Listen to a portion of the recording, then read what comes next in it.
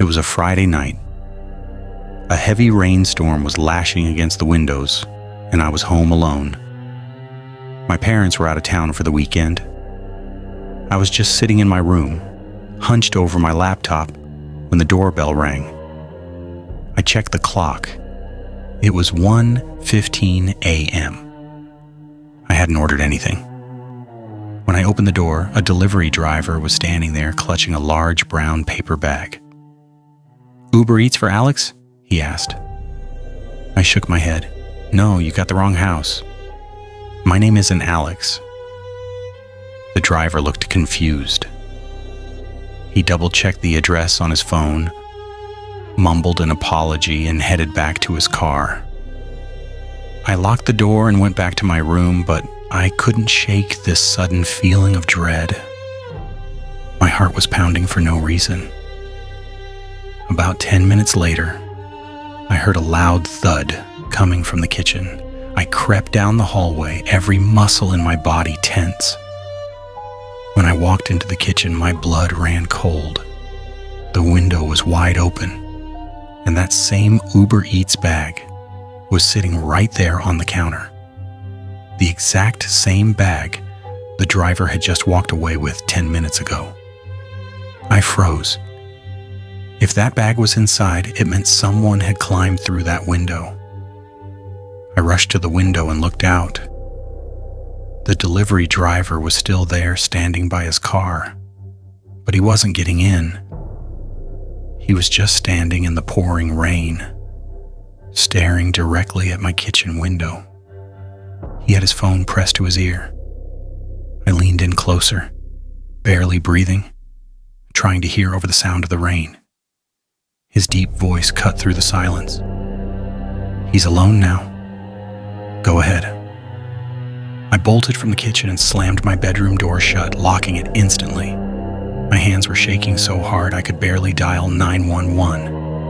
And then I heard it, coming from inside my closet. A faint, muffled sound of someone breathing. It sounded like someone was struggling to hold back a laugh. That's when it hit me. The driver outside was just a distraction. The real threat was already in the room with me.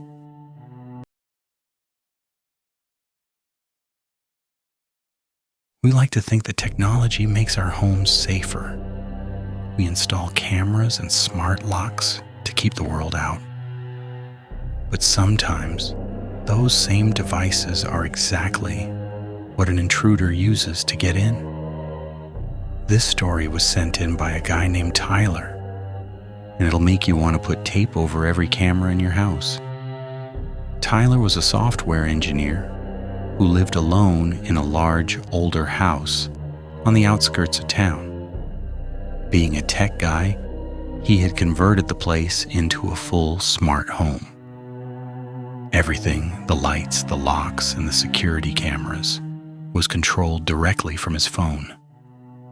One night, Tyler was lying in bed scrolling through his phone when a system notification popped up. System update. A fourth user has logged into your security feed. Tyler froze. He only had 3 devices connected to his network: his phone, his laptop, and his iPad. So, who was the 4th user? He immediately opened his security app to check the live feeds. Kitchen. Empty. Living room. Empty.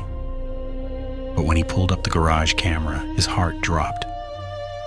The main garage door was wide open. He frantically tapped the lock button on his app, but a red error message flashed across the screen. Access denied by admin. Suddenly, the smart speakers in his room began to emit a low, distorted static. Through the white noise, a raspy, whispered voice crept through.